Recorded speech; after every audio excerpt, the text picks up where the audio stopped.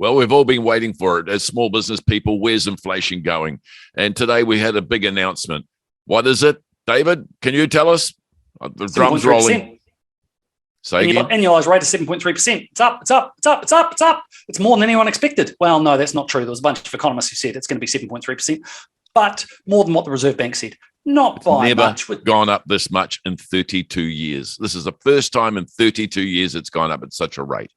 Yeah, but we've been in a pretty low inflation environment for the last 31 and a bit years, until recently.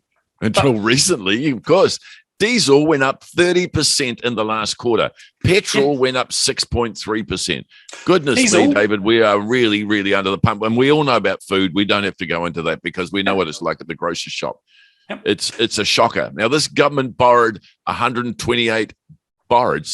they spent $128 billion over the pandemic. Absolutely. That's a lot of money. And now they're actually saying, oh, maybe we shouldn't have actually locked you guys down so long. Look, I'm not going to throw this at the government's feet because I look around the world and I go, it's happening everywhere. And New Zealand's pretty much middle of the road for the OECD countries in terms of our inflation rate.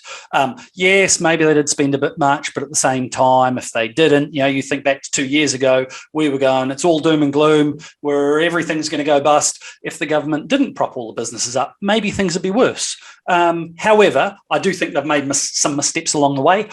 I do lay more blame at the feet of the Reserve Bank.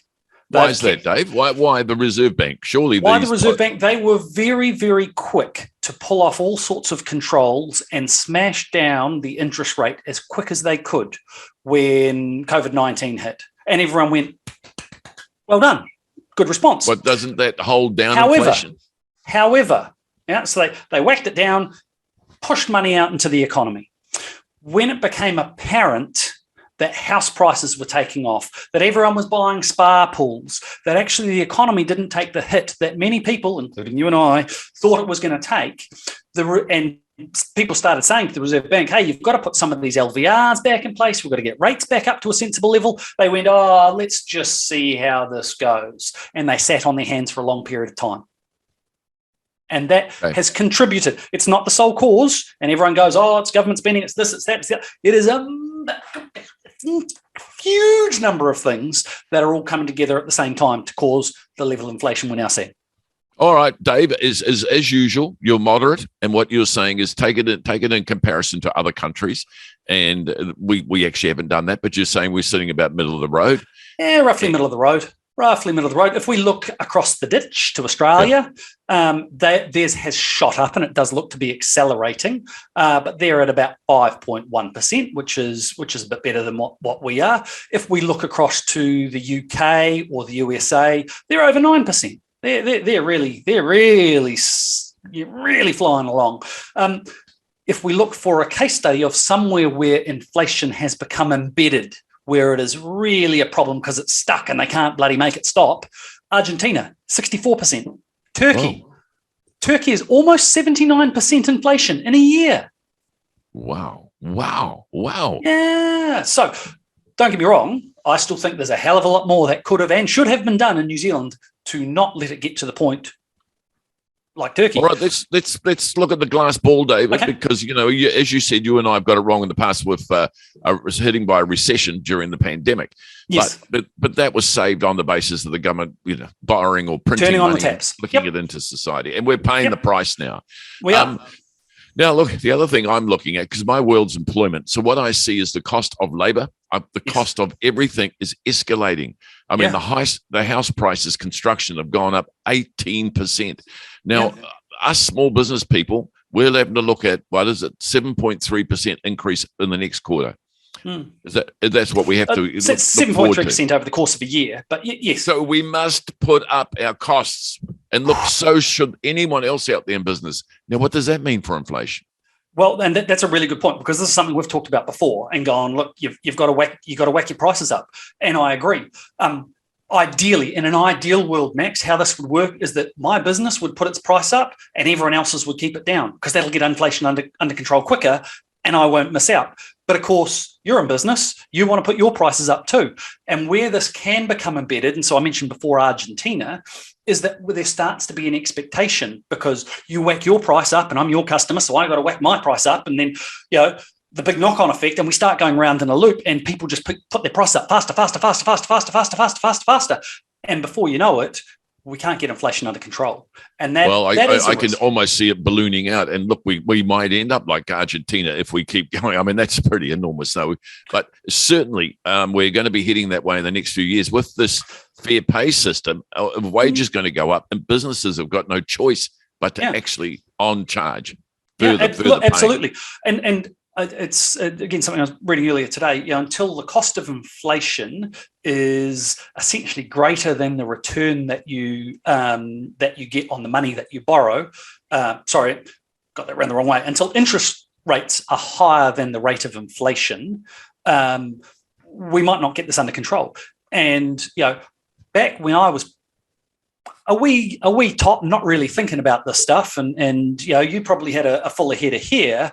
New Zealand did have astronomically high levels of inflation for a number of years, and there's what I'm more concerned about, Dave, is our leaders, our government.